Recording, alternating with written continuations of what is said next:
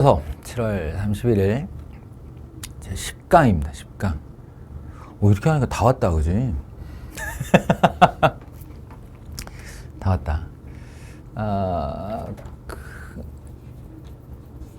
예, 그러면은 이론적으로는 내일 한 강만 더 하면 정적분의 활용 한 강만 더 하면 이 책이 끝난다는 얘기인데, 예, 그렇게 쉽게 끝날 리가 없죠. 예, 끝날 리가 없습니다. 그래서 여기를 이 정적분과 정적분의 활용 파트를 이렇게 묶어가지고 1차, 2차로 해서 내일 끝까지 한번 가볼 생각이에요. 왜냐면 이게 양이 많아요. 할 것도 많고요. 지금부터는. 그래서 오늘은 정적분의 어떤 맛보기 이론을 배워보는 시간을 가져보도록 합시다.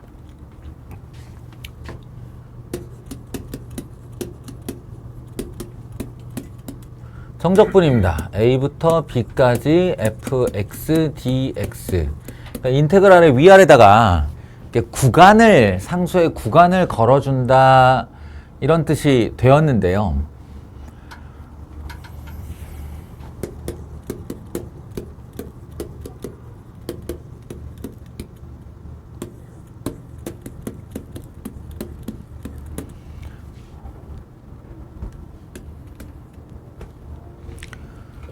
기호는 진짜 비슷하게 생겼죠. 비슷하게 생긴 게 아니라 거의 똑같이 생겼죠. 똑같이 생긴 거에 여기다 숫자만 이렇게 썼을 뿐인데, 그도 그럴 것이, 이거는 라이프니츠의 논문에 있는 기호니까요. 예, 논문에 있는 기호니까 라이프니츠가 이렇게 표현을 한 거예요. 그냥 이렇게 표현을 한 거고, 그래서 같은 기호를 쓸 수밖에 없었는데, 개념의 등장이라, 개념 부정적분의 개념의 등장과 정적분의 개념의 등장 사이에는 어마어마한 차이가 있죠. 그러니까 이 기호를 사용하지는 않았어요. 그런데 이거는 고대인들부터 이미 썼던 개념이라서 이 기호의 등장과 무관하게 정적분이라는 용법, 그 용법을 역사를 타고 올라가면 뭐 그냥 얼추 한 1000년 전이 됩니다. 이거는 계속 얘기하지만 한 300년 내외?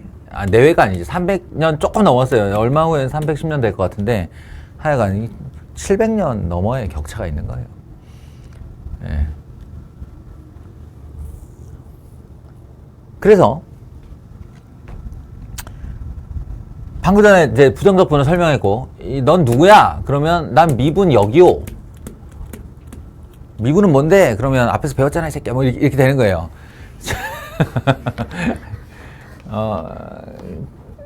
그럼 정적분은 뭔데? 라고 하면 이게 재밌는 게, 정적분의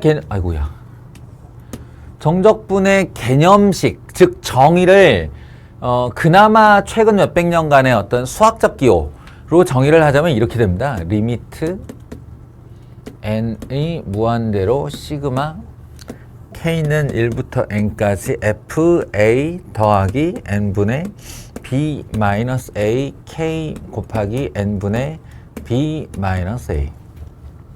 그나마 최근의 식으로 얘 정의를 써봐라. 그럼 이게 정의예요. 다르죠? 난 미분 여기요 하고 이렇게 등장하는 미분 정의하고. 근데 지금 이상하다. 나 수투 작년 겨울에도 한번 들어봤고 전에 한번 들어본 적 있는데 이런 거 머리 털라고 처음 보는데 하는 사람들 있죠? 문과 만세. 저 정의는 이과만 다룹니다. 자연계 미적분에 등장합니다. 미적분에는 정식의 정의를 배워요.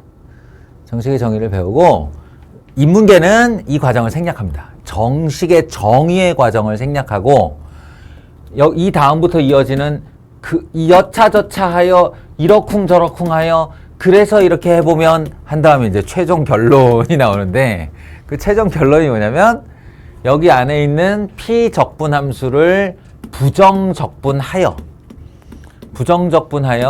저기 있는 구간을 A부터 B까지 걸면 그 부정적분의 결과물에 B를 넣고 그리고 구간의 시작점을 넣고 둘이 빼면 된다 라는 결론에 다다른 거예요. 그 과정을 모두 생략. 이 증명은 이과만 하도록 하고, 인문계 학생들은 수투에서 얘는 얘로 쓰면 돼 라고 시작과 결론만 있습니다.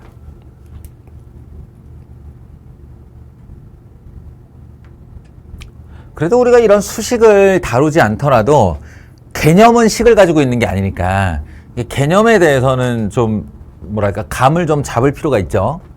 어떤 거냐면요. 그래서 왜 이런 결론이 나오는 거야? 라고 했을 때 정적분이라는 개념은 이런 겁니다. 이렇게 fx라는 애를 내가 그렸을 때 구간이라는 거는 이제 시작과 끝을 정해놓은 정의역과 같은 거죠. 이렇게 단면을 만들고 이 부분의 면적을 구하고 싶은 거예요. 결론이 그거예요. 이 휘어 있는데 면적을 구하고 싶다. 마치 우리가 접선의 기울기를 이렇게 알고 싶을 때 뉴턴이 이런 발상을 했잖아요. 아니, 이 한 점에서의 기울기를 어떻게 구해? 기울기라는 건 기본적으로 x 증분에 대한 y의 증분이 있어야 그럴 수 있는 건데, 아, 그거? 그러면 네가 두 점 잡았다고 해. 그 다음에 얘를 일로 쫙 보내면 될 거 아니야. 이런 극한의 발상에서 시작된 게 미분인 접선의 기울기잖아요. 비슷하게 넓이를 구하고 싶어. 근데 곡선 밑에 넓이를 구하고 싶어. 예, 그럼 어떻게 구해?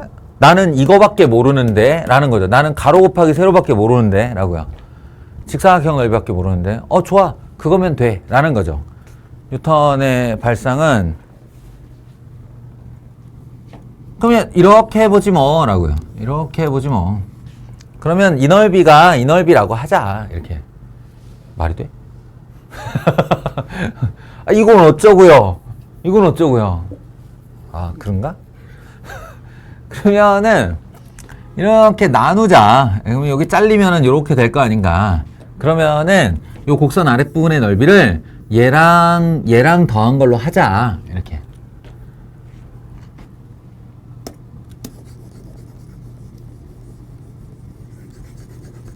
그럼 어쨌든 이만큼 줄었잖아.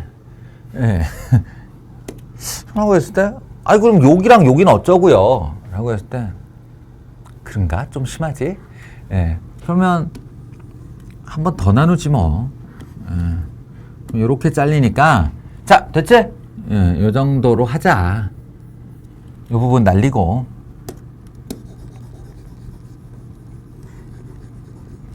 많이 줄었잖아.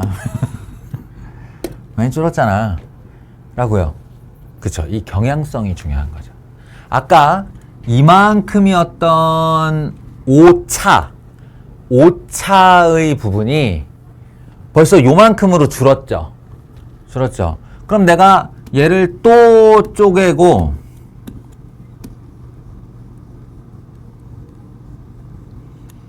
그럼 또 이만큼 날아갔죠?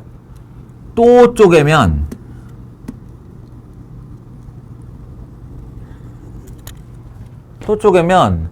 오차가 점점 줄어드는 경향성이 생기잖아요. 거기다가 극한을 걸어버리는 거예요. 그냥 극한이라는 건 영원히 하되 멈추지 않는 행동이니까 이걸 쪼개는 행위를 멈추지 않으면 무슨 일이 벌어져? 아주 미세접합, 이게 진짜 미세현미경, 전자현미경으로 들여다본 부분이라고 할 때 넓이 직사각형이 요렇게 간다는 거예요, 이게. 예. 그리고 지금 눈에 보이는 부분도 더 줄일 수 있다. 예. 직사각형은 맞는데 그 직사각형의 얇기가 머리카락의 100분의 1, 100만분의 1, 1000만분의 1로 줄어든다면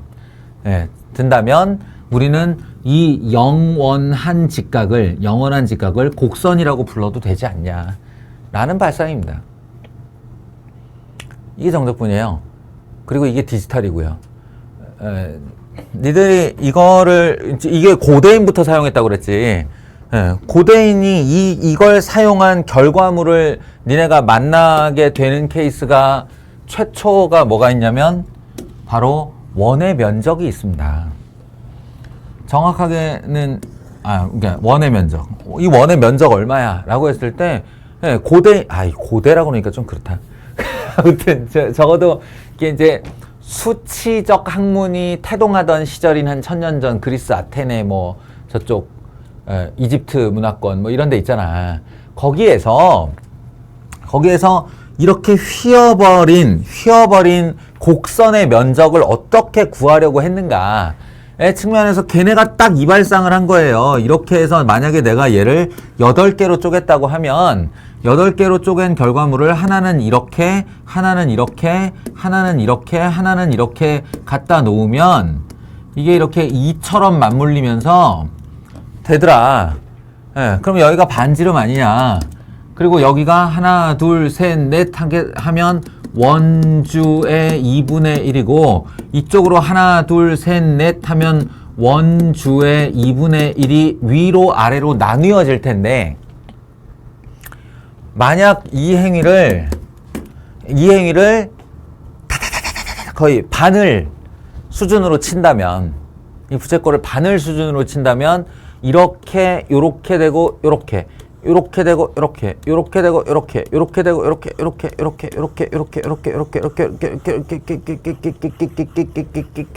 하게 될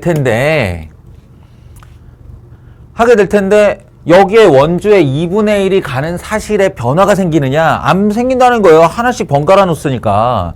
여기에는 요 라인을 다 합치면 원주의 절반이 된다는 거죠. 그게 2분의 1 한 2파이 r이라는 거예요.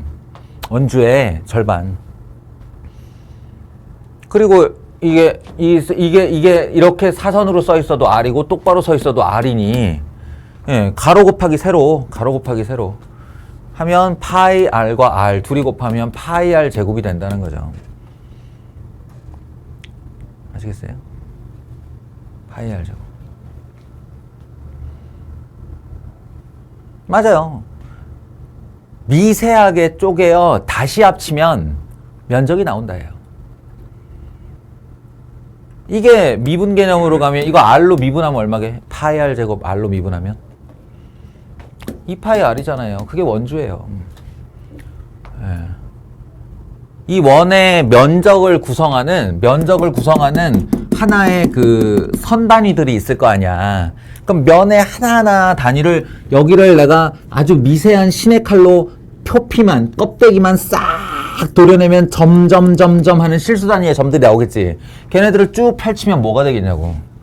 원주가 되겠지. 그게 2파이 r 제곱이라는 면적을 미분한 거예요. 2파이 r. 거꾸로 이걸 적분하면 r로 촉분해봐요. 파이 r 제곱 나오죠. 그냥 9도 똑같아요. 당신들 9 기억하고 있나? 9의 부피 3분의 4 파이 r 세제곱이라고? 예, 이거 r로 미분해봐요. 얼마인지. 4파이 r 제곱. 니들이 알기에 4파이 r 제곱이 뭔데? 9의 표면적 넓이에요. 똑같은 짓 한 거예요. 미분, 가늘미, 쪼갤분. 그래서 이제 일본 애들이 그 느낌을 아니까 디퍼런셜이라는 단어를 디퍼런셜로 해석을 안 하고 미분이라고 해석을 한 거죠. 미분, 쌓을 적자 써서 적분. 그러니까 적분이란 이름 자체가 이미 쌓다라는 이미지를 갖고 있는 거지. 이게 한 1000년 전 일이에요. 예. 그리고 이 개념을 사용하면 뭐 우리나라에서 예를 들어 김정호라는 양반이 대동여지도를 만들었나요? 그 대동여지도 진짜 만든 거 맞냐? 예, 김정호 씨는 무슨 뭐 이렇게 실측으로 발로 막 우리나라 걸어다니고 그랬다는 낭설이 있는데 그거 아니에요. 그거 못 걸어다녀요. 우리나라 어떻게 걸어다녀. 그리고 걸어다닌다 한들 측량 불가능해. 리아시스케안을 미쳤니? 그게 아니고 예, 전국의 지도를 총괄하는 장관직이었던 거죠. 그래서 이제 각 부에 명령을 내리고 니네 요만큼 가져와, 니네 요만큼 가져와, 니네 요만큼 가져와 실측하는 거를 이제 합쳐가지고 우리나라 지도를 가장 근사하게 그려냈다. 뭐 이 정도겠지. 그때 면적 계산 어떻게 하냐고. 우리나라 조선시대만 해도 조선시대 벌써 몇 년 전이야. 그 조선시대가. 못해도 5, 600년 전 아니야? 그러면 이때 도대체 이 우리나라 같은 미친 리아스식 해안을 이게 신안군 지도죠. 전남 전북 신안군 지도가 이렇게 생겨 남해로 가면 뭐 난리가 나요. 이게 이렇게 생겼는데 이 면적 어떻게 구하냐고 이거. 이 면적의 개념이 바로 요렇게 생겼으면 여기를 딱 직사각형으로 쪼갠 다음에 쪼개고 쪼개서 요 안으로 쏙 들어오는 직사각형 넓이만 다 구하는 거죠. 그럼 이제 라인에 걸리면 또 쪼개고 그래서 이 안에 걸리는 직사각형들만 계속 넓이를 더하는 거예요. 그러면 이 라인에 걸리는 애들은 또 쪼개고를 계속 반복하면 결국 곡선 따라 내려가는 계단 형태가 된다는 거예요. 그걸 다 합치는 거예요. 우리가 지금 디지털 사진기에서 니네가 제일 강조하는 게 뭐야? 제일 중요하다고 여기는 게 뭐야? 너 카메라 서로 요즘엔 그런 일 없나? 워낙 좋아서 다들 좋아서 그런 일 없는데 막 이렇게 서로 옛날에는 스마트폰 사면 너 몇만 화소야? 이거 하잖아요. 나 6,400만 화소야? 막 이런 거 있잖아. 나 820만 화소야? 이거 할 때 그 화소 그 개념이 뭐냐면 카메라에 우리 그 렌즈 안에 이렇게 시모스라고 하는 광 센서가 들어있어요. 광 센서가. 이 광 센서가 자신을 몇 조각으로 쪼개어 빛을 받아들이냐야. 그러니까 이게 디지털인 거죠. 여기에 다다다다다다닥 이렇게 광이 들어가면 그 광을 코드화 시키는 거야. 그래서 수치를 정하고 알파벳을 정해서 뭐 C2 샵 뭐 3B HH 이런 코드가 있어. 그럼 그 코드는 무슨 색 하고 모니터에 쏘는 거예요. 근데 요 화소가 빛을 받아들이는 광 센서가 자기 자신을 많이 쪼개 놓으면 많이 쪼개 놓을수록 어떻게 경계를 잘 받겠지. 경계에 걸리는 애들을 어떤 애들은 이만한 색이 그냥 복 들어간 걸 이 색으로 해버릴 텐데 어떤 화소들은 이걸 이렇게 쪼개놓고 여긴 무슨 색, 여긴 무슨 색, 여긴 무슨 색 이렇게 지정을 해버리니까 더 많이 쪼개면 많이 쪼갤수록 더 선명하고 더 다채로운 색이 나온다라는 거야. 그래서 화소수를 되게 강조했던 거지. 이게 바로 정적분의 개념이에요. 1000년 전부터 인류가 사용하던 방식이에요. 뭐 이렇게 거창해? 그래서 오늘의 결론. 정적분은 기본적으로 넓이를 구하자는 얘기다. 넓이에서 출발을 해요. 근데 문제는 이게 중간을 설명을 못하니까 자꾸 시작과 결론으로만 말할 수밖에 없는데 결론적으로 이게 됐어? 그러면 한번 생각해봐. 그러면 아니다. 그냥 일단 아까 너희가 볼 일 없다던 그 정의를 쓰고 시작할게요.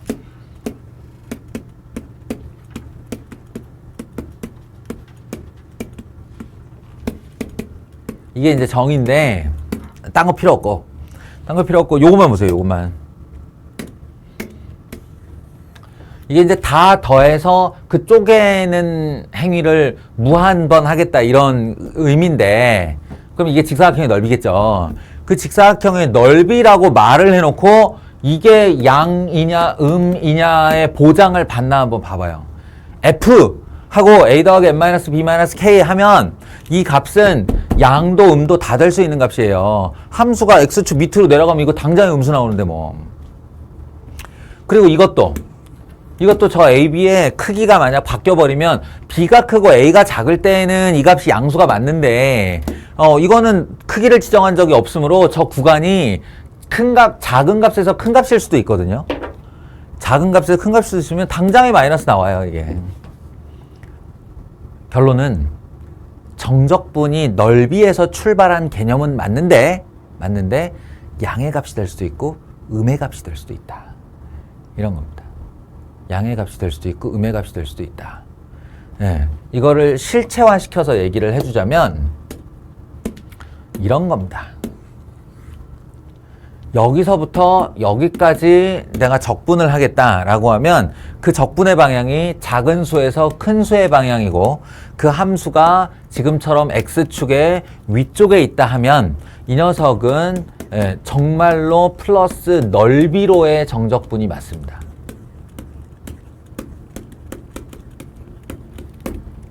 넓이로의 정적분이 맞습니다. 그런데 이것처럼 B에서 C까지 함수가 X축 아래로 내려와 있고 작은 수에서 큰 수 방향으로 정적분을 실시한다면 이 녀석은 B에서 C까지 fx dx가 되는데 넓이는 넓인데요. 넓이는 넓이가 맞는데 마이너스 개념으로의 넓이입니다. 요 아랫부분. 넓이에 해당하는 마이너스 값. 이 정도로 생각하시면 되겠어요. 넓이에 해당하는 마이너스 값. 그럼 중간에 걸리면 어떻게 될까요? 정적분의 구간이 예를 들어 이렇게 생겼는데 하나는 여기, 하나는 여기에 걸었다 라고 하면 이렇게 정적분을 하여라가 될 텐데 이런 무슨 일이 벌어질까요? 뻔하죠 뭐. 상쇄되겠죠. 이만큼의 플러스 값으로의 넓이와 이만큼의 마이너스 값으로의 넓이가 상쇄된 결과가 나와요. 한마디로 요 넓이 값을 여기서 깐 부분에 남은 부분이 나와요. 이건 다 물리학적 의미가 있습니다. 이게 나중에 속도가 속도랑 연결이 되는 거예요. 그래서 이제 이게 정방향으로 진행한 양, 이게 역방향으로 진행한 양, 그러면 그 아이의 최종 위치는 정방향으로 이 넓이만큼 가 있다. 이런 얘기가 되거든요. 요거는 이제 활용 때 다시 얘기하도록 하고.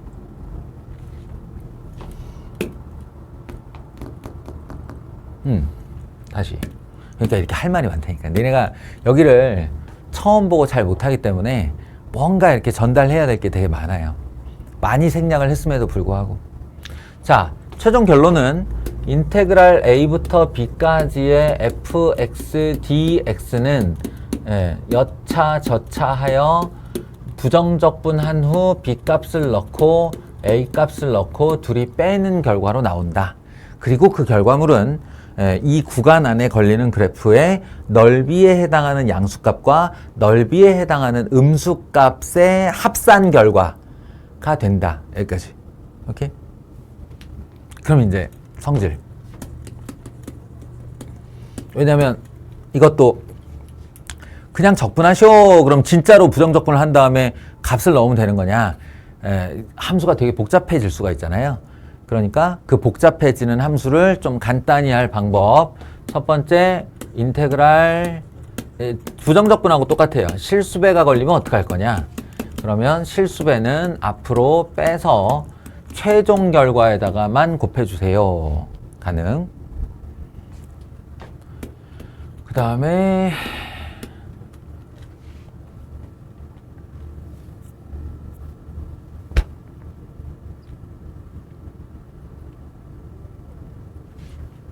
함수의 합과 차는 어떻게 해요? 연쇄적인 합과 차가 가능해요. 여기까지는 부정적분과 공유되는 성질이죠. 부정적분과 하나도 다르지 않은 공유되는 성질. 그럼 이제 정적분만의 특징. 정적분만의 특징이 있는데 그건 뭐냐면 이게 이제 상수라고 그랬죠. 상수. 이 값으로 상수예요. 그것은 인테그랄 b에서 a까지 적분의 구간을 물리적으로 뒤집어주는 게 가능합니다. 이게 적분의 방향을 바꾼다고 하는 건데 적분의 방향을 왼쪽에서 오른쪽으로, 오른쪽에서 왼쪽으로 내가 그걸 바꾸면 결과치에서 반대 부호값이 나오게 된다.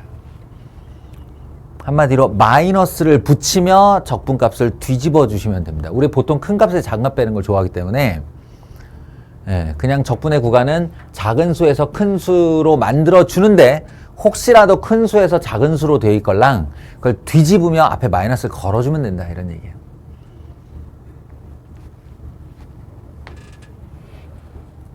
그리고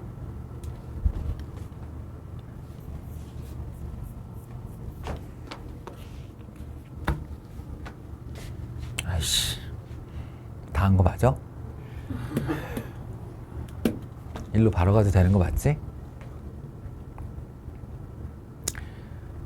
이 아주 중요한 거 있어요. 아주 중요한 거. 이거를 구간적분이라고 부르는데 구간적분. A부터 B까지의 fx, dx를 하고자 할 때 함수가 중간에 끊어지거나 잘라지거나 혹은 뭐 안 끊어져도 상관없어요. 예. 상관없고 그러니까 내가 그냥 원할 때에 A부터 C까지의 fx, dx를 먼저 하고 거기다가 C에서 B까지의 fx, dx를 더해주면 된다. 이런 개념인데요. 그러니까 구간을 쪼개어 적분할 수 있다. 이런 얘기인데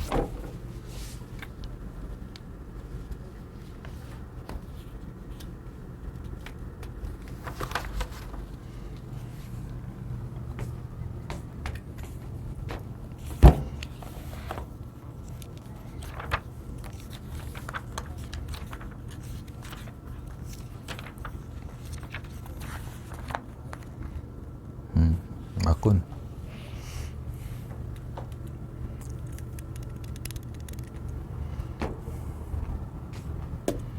이게 얼핏 생각하면요. 그냥 뭐 당연한 얘기지 왜 저래? 뭐 왜 이렇게 거창하게 얘기해?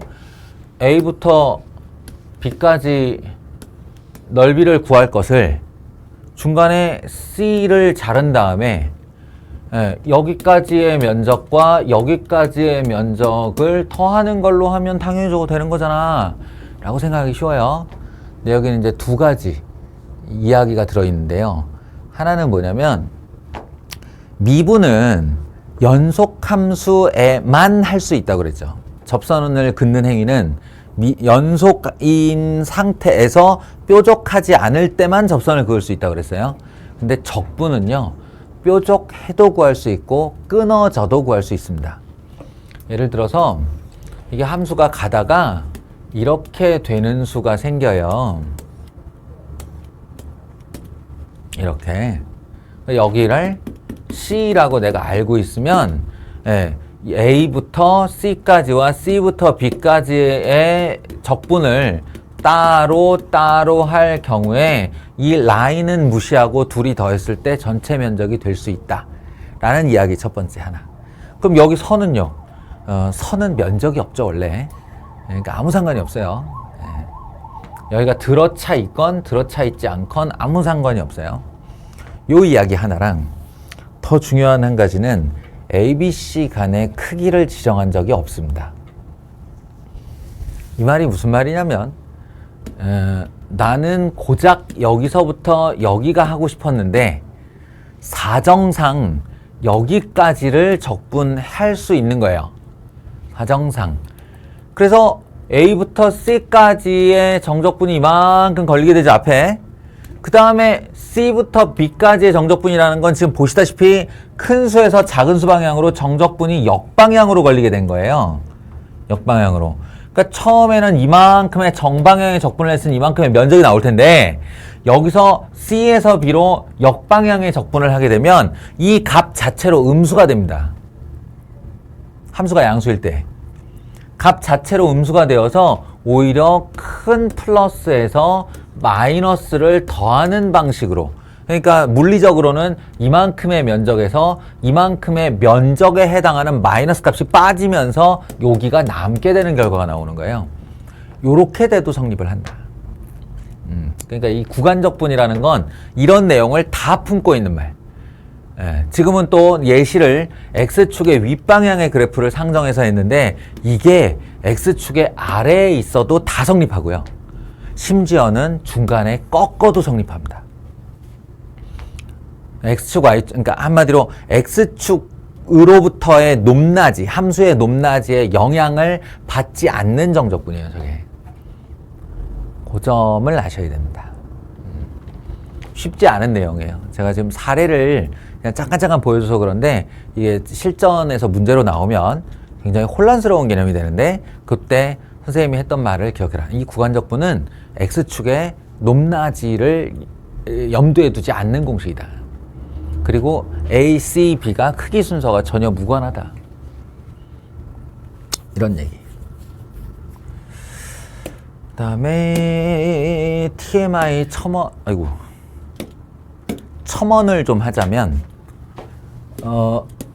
이건 좀 특이한 케이스지만 좌우 동형 적분이라는 게 있어요. 좌우 동형. 그러니까 적분의 구간이 뭐 1에서 3까지, 4에서 7까지 이렇게 돼 있으면 나는 그냥 별 생각 없이 7 넣고 4 넣고 둘이 빼고 이렇게 하는데 딱 보기에 플러스 마이너스 원점을 중심으로 플러스 마이너스인 적분이 있어요. 이럴 때는 꼭 이 피적분 함수 안에를 확인해라. 이게 좌우 동형일 때는 이 피적분 함수 내를 확인하여 이 중에 기함수라 하면 결과는 0이고요. 기함수 기억나요? 기함수? 원점 대칭 그래프인데요. 보시다시피 원점 대칭 그래프는 그 모양을 어떤 식으로 만들어도 좌우 동형 적분을 했을 때 마이너스 A와 A에 해당하는 두 값을 더하게 되어 있습니다. 그래서 0으로 나와요. 그리고 우함수는 어떨까요? 우함수도 이렇게 생기게 되면 마이너스 A부터 A까지의 정적분을 할 필요는 없고요.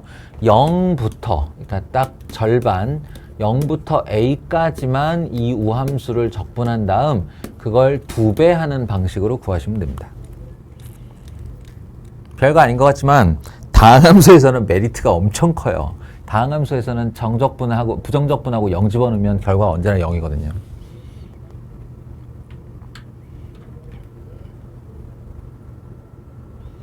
그래서 이제 좌우 동형 적분의 어떤 계산법을, 그리고 알다시피 다항함수는 유니트들로 되어 있죠. 얘네들이 말 그대로 다항이니까 각 항들의 유니트들로 되어 있는데 공교롭게도 홀수차는 기함수, 짝수차는 우함수라는 성질을 가지고 있어요. 그럼 좌우 동형 적분이 다항함수에 걸렸다 라고 하면 일단 홀수차 다 날리고 시작하면 돼요. 홀수차 다 날리고 짝수차만 남긴 다음에 짝수차는 0에서부터 절반만 하고 2배 계산하시면 훨씬 빠르게 갈 수 있습니다.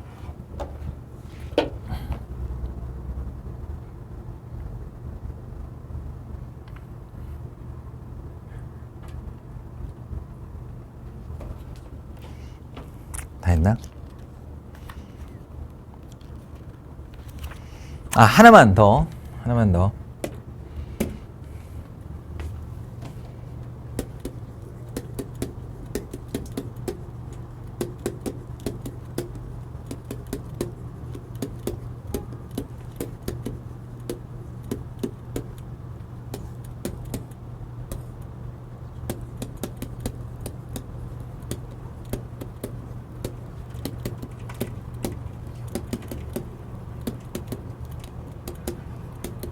같은 말인데 책들마다 어떤 책에서는 함수로 표현된 정적분이라고 쓰고 어떤 책에서는 정적분으로 표현된 함수, 이렇게 같은 말이에요. 같은 말.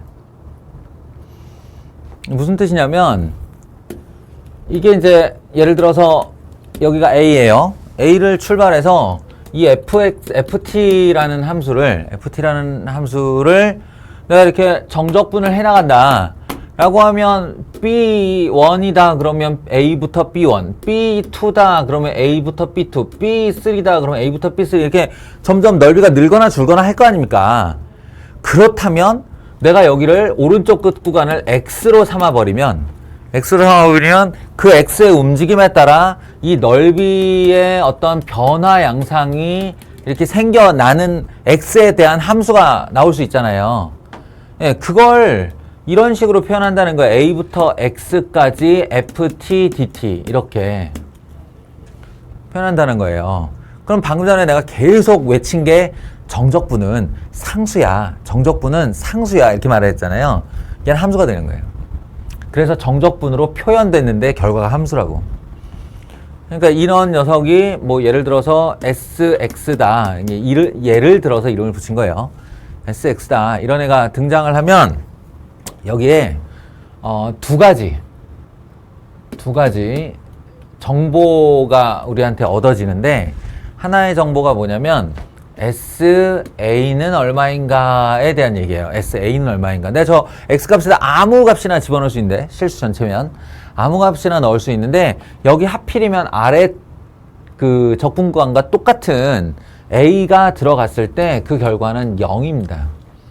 다시 한번 얘기하지만 선은 면적이 없어요.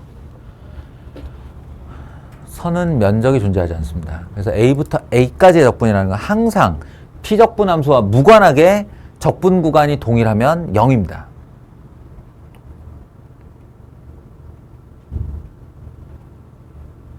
선은 면적이 없어요. 그리고 두 이거 미분하면 어떻게 되냐는 건데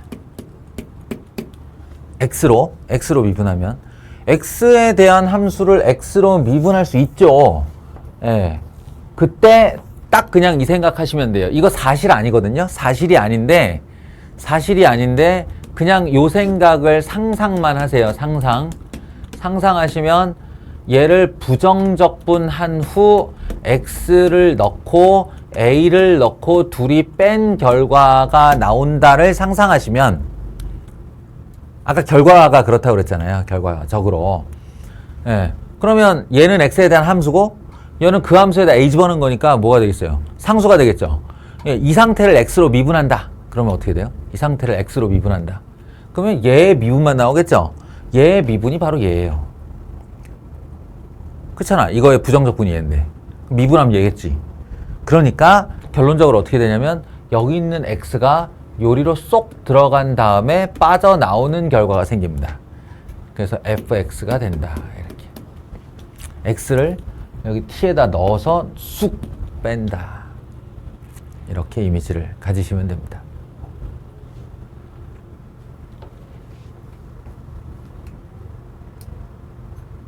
여기는 왜 갑자기 ft dt가 되었나요?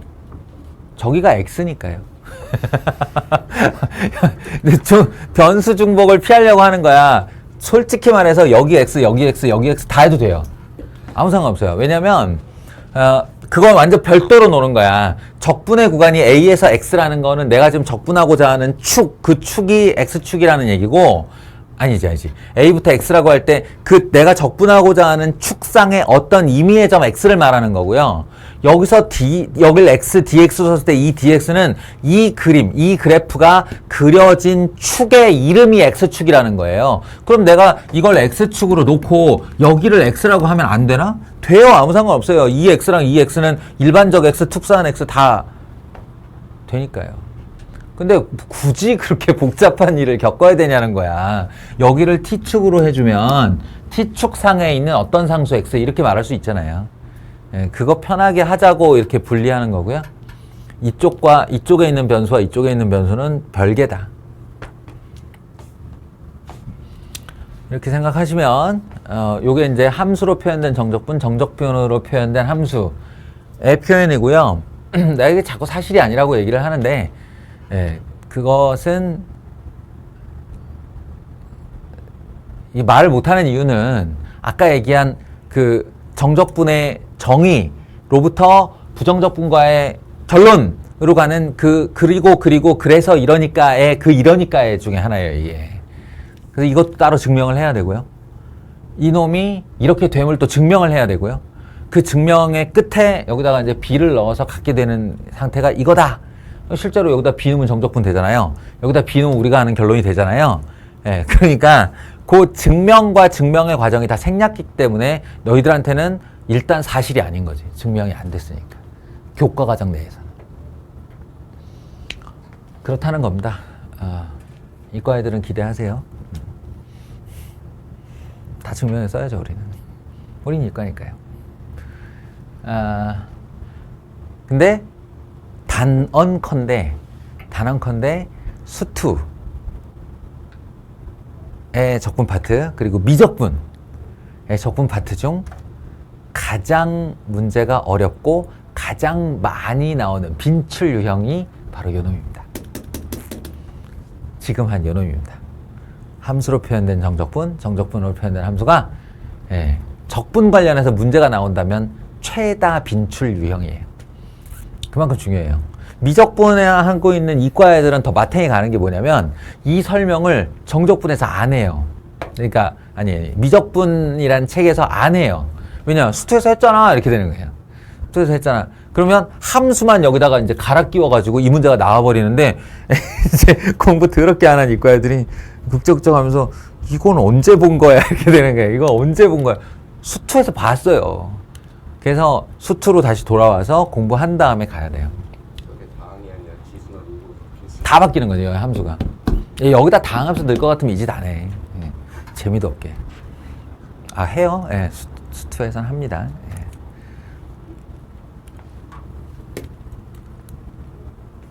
다 됐나? 다 됐어요. 우리 수업 언제까지죠? 그럼 잠깐. 이 정적분의 개념 설명 끝났는데 정적분 파트와 정적분의 활용 파트는 겹치는 부분이 굉장히 많아요. 이유는 정적분의 활용 얘기하면서 이제 하도록 할게요. 근데 어쨌든 간에 이 다항함수의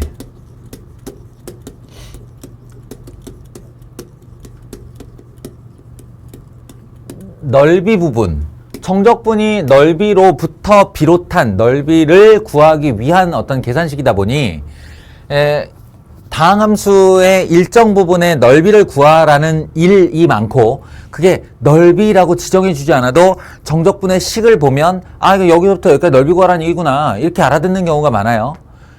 그렇게 알아들었을 때 내가 만약 정적분을 안 할 수 있다면 땡큐인 거지. 그럼 정적분을 안 하는 방법은 뭐냐? 특별한 정적분들을 미리 외워놓고 그냥 외운 식에다 집어넣으면 된다는 거예요. 그게 이제 분류를 해보면 2차 함수의 경우 다시 한번 얘기하지만 주로 미분을 해서 사용하는 애는 3차와 4차가 주인공이고요. 적분을 하면 기어 올라가야 되는데 우리가 4차 적분하면 5차까지 올라가니까 5차 함수는 그냥 암묵적으로 잘 안 다루거든요. 그러니까 적분에서는 2차와 3차가 주인공입니다. 그래서 2차 함수가 있을 때 요렇게 되는 이넓이라던가 이렇게 되는 이넓이라던가 그러니까 두 근 사이의 면적을 구하라고 시키는 일이 많은 거죠. 그렇다면 이 녀석이 ax 제곱 더하기 bx 더하기 c라고 했을 때 이 녀석이 이 x축 아래로 내려가는 이 면적이라던가 x축 위로 올라온 이 면적이라던가 이 면적에 영향을 끼치는 요소를 우리가 파악할 필요가 있는데 요게 두 가지더라는 거예요. 이 면적에 영향을 끼치는 요소가 두 가지.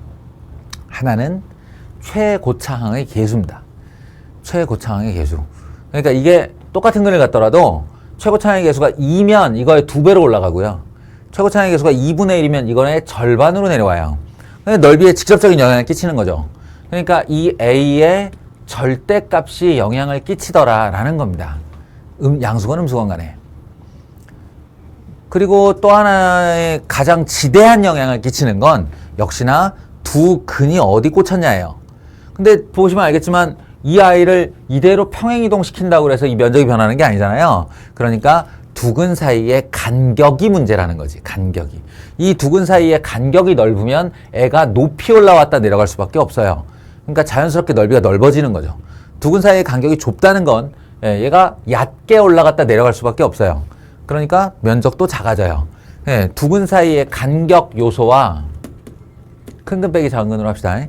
두 근 사이의 간격의 요소와 최고차항의 계수의 요소 요 두 가지가 이 녀석의 면적에 영향을 끼치더라 이거예요. 이 녀석의 면적에 영향을 끼치더라. 그래서 그걸 이제 미리 계산해 보니 어느 만큼의 영향을 끼치느냐? 최고차항의 개수는 정확하게 자기 숫자에 비례. 자기 숫자에 비례. 그리고 두근 사이의 간격은 이게 조금 넓어져도 많이 넓어지더라 이거야. 두근 사이가 조금만 벌어져도 많이 차이가 나요. 얼마나? 세제곱배의 영향을 받습니다. 여기서 세제곱이라는 발상은 2차를 적분하면 3차지로 기억하시면 돼요. 2차를 적분하니 3차지 라고 기억하시면 이렇게 되고요. 지금 비례상수가 필요하겠죠. 비례상수는 6분의입니다. 이걸 외우는 거예요. 6분의 절대값 a 베타 마이너스 알파의 3승. 이게 2차 함수에서 두근 사이의 면적에 해당합니다.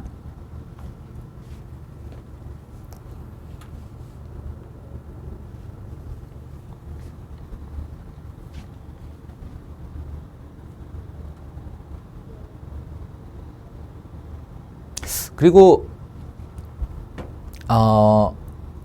지금은 x축과 둘러싸인인데요. 사실은 여기서 이게 이제 식으로 쓰면은 인테그랄 알파부터 베타까지의 fx dx잖아요. 여기에 빼기 0이 생략된 거다 이렇게 생각하시면 편해요. 빼기 0. 이 빼기 0이라는 게 x축 얘기죠. 근데 그게 빼기 0이 아니고 어떤 1차 함수나 또 다른 2차 함수일 수도 있습니다. 그렇게 되면은 어떻게 되냐면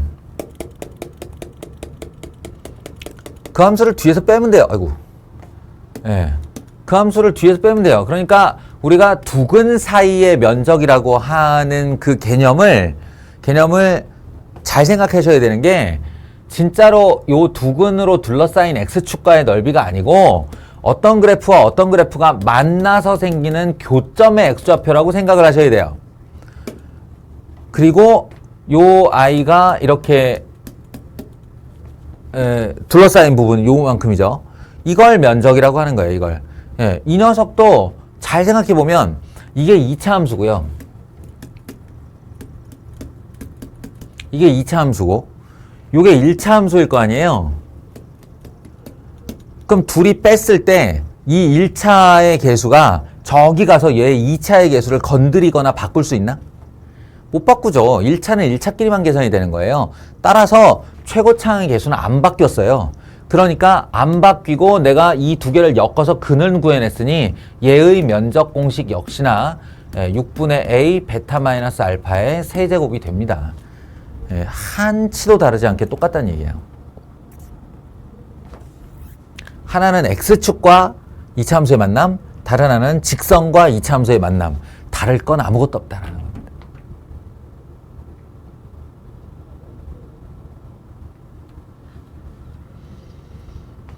다만 달라지는 게 있다면 뭐가 달라지냐면 2차 함수와 2차 함수가 만났을 때는 얘가 좀 달라지죠. 2차 함수가 만나면 얘가 예를 들어서 ax제곱 어쩌고 저쩌고 얘가 a 프라임 x제곱 어쩌고 저쩌고 이렇게 되면 한쪽이 다른 한쪽으로 넘어가서 빼졌을 때 최고차항의 개수를 건드려요. 바뀌죠. 그러면 그만큼의 차이가 나게 되는 거예요. 그래서 이 녀석의 두근을 알파와 베타라고 했을 때 얘 같은 경우는 a-a 프라임의 차이만큼의 베타-알파의 3승이 되는데 실제로는 공식을 이렇게 쓰지 않습니다. 예, 이거는 그냥 이 형식상 그렇다는 거고 너희가 풀 때는 얘를 반드시 절로 넘기죠. 넘겨서 나온 2차식의 개수를 쓰면 돼요. 자연스럽게 이게 만들어지죠. 하여간 6분의 최고차항의 개수의 절대값 큰 근 빼기 작은 근의 3승 이렇게 하면 넓이가 나온다. 넓이가 나온다. 기억을 해 두십시오.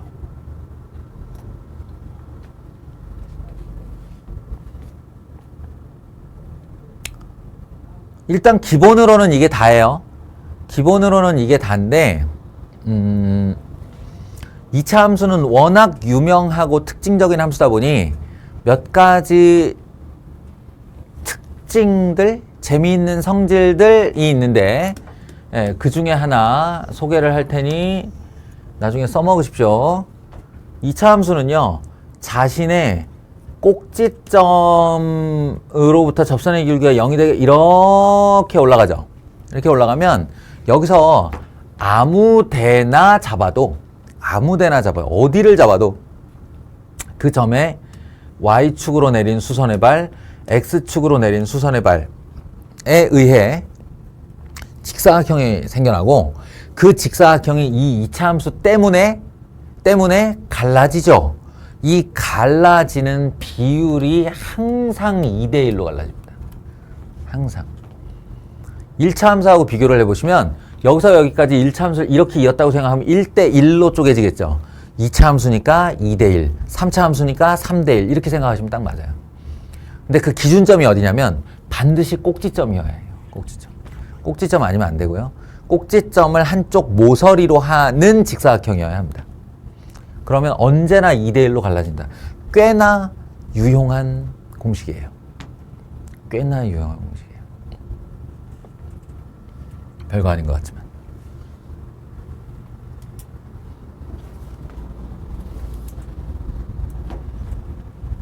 그리고 또 어떤 게 있냐면 이 참수가 이제 이렇게 내렸다가 이렇게 올라가잖아요. 그죠? 좌우 대칭이죠. 축대칭.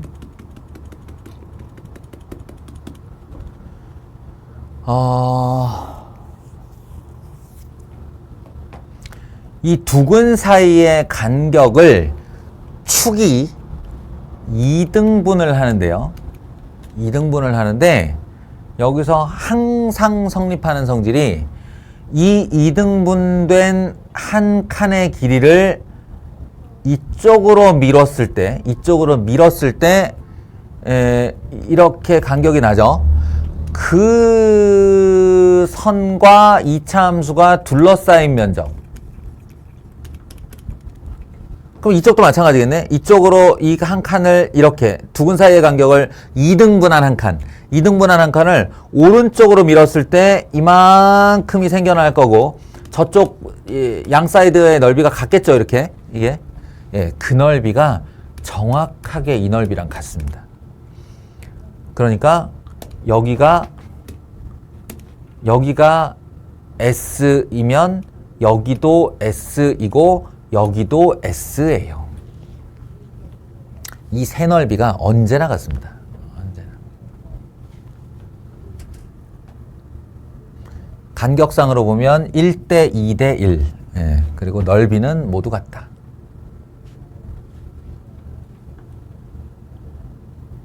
요런 성질도 있고요.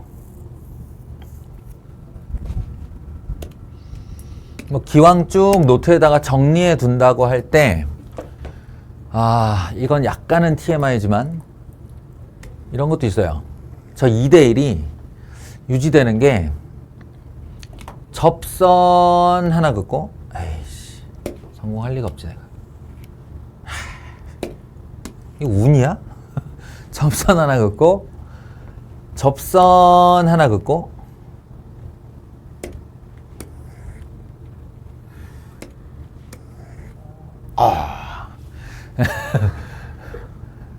이참수에다가 접선 아무데나 두 개를 그어요. 그럼 이게 교점하고 접점으로 둘러싸인 이 부분의 면적이 나오죠. 이걸 가끔 구하라고 시켜요. 이걸. 이게 실제로 해보면 정말 뭐 할 수 있다 없다를 떠나서 엄청 짜증나는 계산이 됩니다. 이게. 왜냐하면 구간을 이렇게 나눠야 되거든요. 세로로. 그래서 접점 찾고 교점 찾고 이 그래프에서 이 그래프를 빼서 적분하고 다시 여기서부터 여기까지 곡선에서 이 직선을 구해갖고 이 직선을 또 빼서 적분하고 해서 짜증이 좀 나요. 이게. 근데 알고 보면 이 녀석이 접점과 접점 사이를 이렇게 있는 이 선을 극선이라고 그러죠. 극선. 이 극선과 2차 함수로 둘러싸인 면적은 방금 전에 있는 이 공식으로 구하기가 쉽거든요. 예.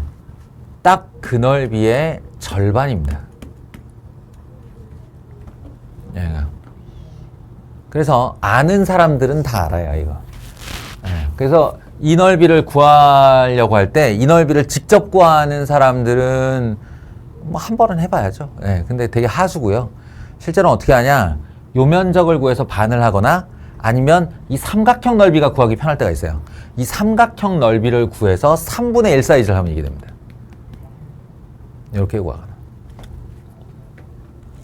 2차 함수에는 어디든 성립하는 성질이에요. 공히 다 성립합니다. 그러면 적분을 하는 양을 줄이거나 심지어는 아예 적분을 안 할 수 있어요. 예, 요거 말고도 뭐 찔끔찔끔 조금씩 더 있는데 일단은 요 정도 2차 함수에 관련하면 요 정도 성질. 예, 지금 여기 뭐 쓸데없이 제가 잡스럽게 좀 써놨지만 요게 요 부분이 이제 다 요거 하나로 이렇게 수렴되는 얘기다. 6분의 기억하시고요. 6분의 최고 차항의 계수의 두 근 사이 간격의 3승 기억하시고, 저 기억이 그닥 어렵지 않은 이유는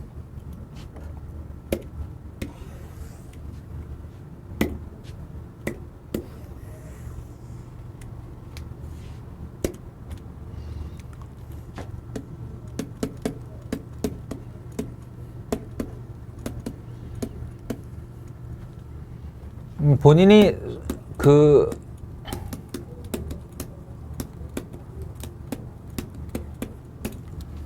이제 하나만 단독으로 기억하려 할 때하고 뭔가에 관련 있는 내용을 연결시켜서 두 개 이상을 연결시켜서 기억하려고 할 때의 수단이 좀 다르거든요.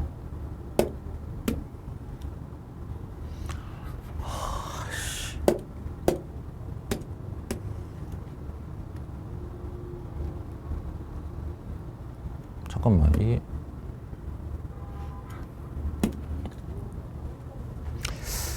3차 함수 중에서 실근과 중근의 사이 면적을 구하라는 요구가 꽤 있을 수 있어요. 예. 그리고 얘는 뭐 당연하게도 AX 3승으로 시작하는 그런 3차 함수고요.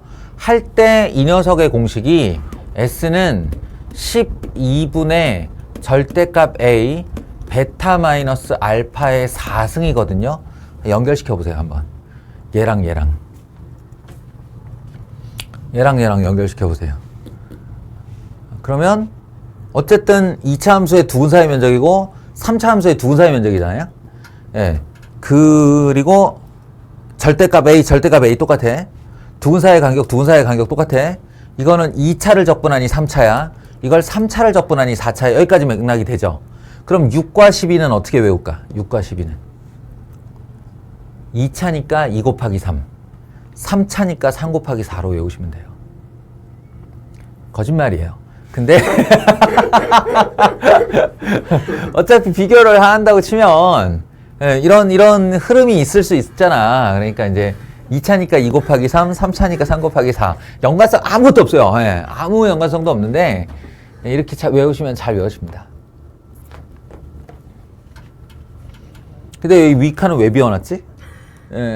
3차 함수의 특징적인 넓이 중에 변곡점에서 잘라버리는 바람에 이 두 넓이가 같아지는 경우에 한쪽 넓이 공식이 또 있어요. 한쪽만 할게요. 이렇게 이 녀석의 공식은 4분의 절대값 A 베타 마이너스 알파의 4승입니다.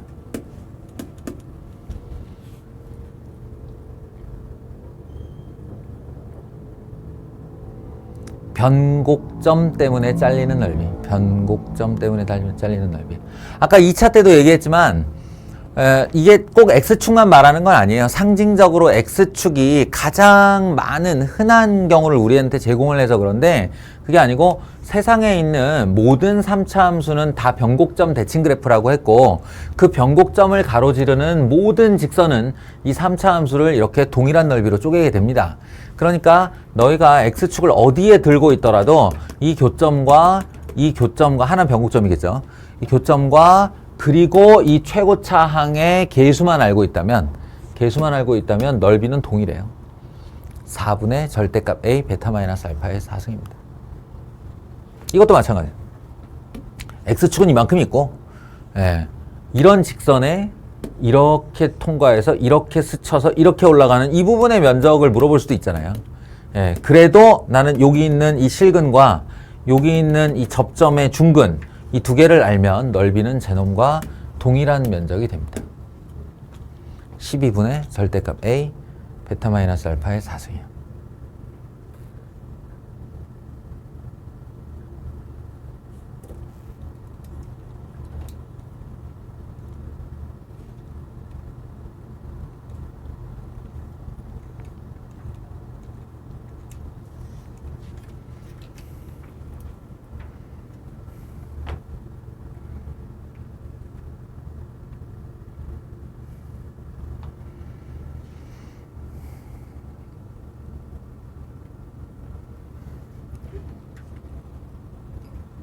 시간이 좀 남아서 4차까지 가야 할까요? 4차는 너무 또 과한 면이 있는데.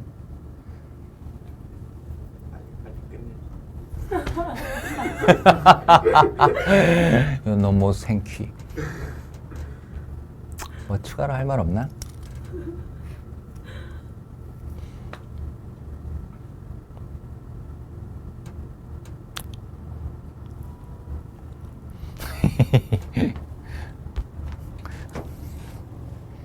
이거 그냥 듣고 있으세요. 듣고.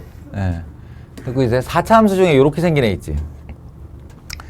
삼중근. 삼중근을 갖고 실근 하나 갖는 애. 예. 요 면적이 20분의 절대값 A 베타 마이너스 알파의 5승되고요. 4차 함수 중에 여기서 한번 스치고 여기서 한번 여기서 한번 스치고 이렇게 올라갔다 여기서 한번 스치고 이렇게 올라가는 애 있지. 그럼 요 공간도 넓이가 발생할 거 아닌가? 예, 이 공간의 넓이의 공식이 30분의 절대값 A 베타 마이너스 알파의 5승이에요. 재미있지 않아요?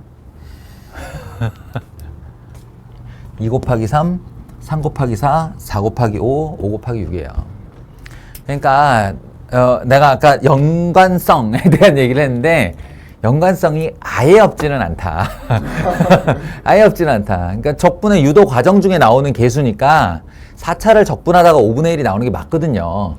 예, 근데 이제 계산상의 특징으로 얘는 그럼 왜 4 곱하기 5, 5 곱하기 6이 같은 4차에 있나요? 뭐 얘는 왜 근데 4는 어디서 나온 거야? 이렇게 질문을 하면 내가 대답할 말이 없기 때문에 말을 안 한 거긴 한데 분명히 관련성이 있긴 있어요. 이 6분의 1은 2차를 적분하다가 나온 숫자가 맞긴 맞습니다. 어쨌든 외울 때는 이런 도움을 받을 수 있다는 거지. 2 곱하기 3, 3 곱하기 4, 4 곱하기 5, 5 곱하기 6 이런 식으로. 4차는 아직 잊어버리세요. 예, 너무 많은 걸 집어넣으면 또 예. 오히려 나는 요만큼만 넣어도 그걸 소화시키고 싶은데 너무 많이 때려 넣다가 아무것도 못 먹게 되는 일이 발생하니까 지금은 요 놈과 요 놈을 이번 특강에서만 기억해 줘도 땡큐입니다. 땡큐.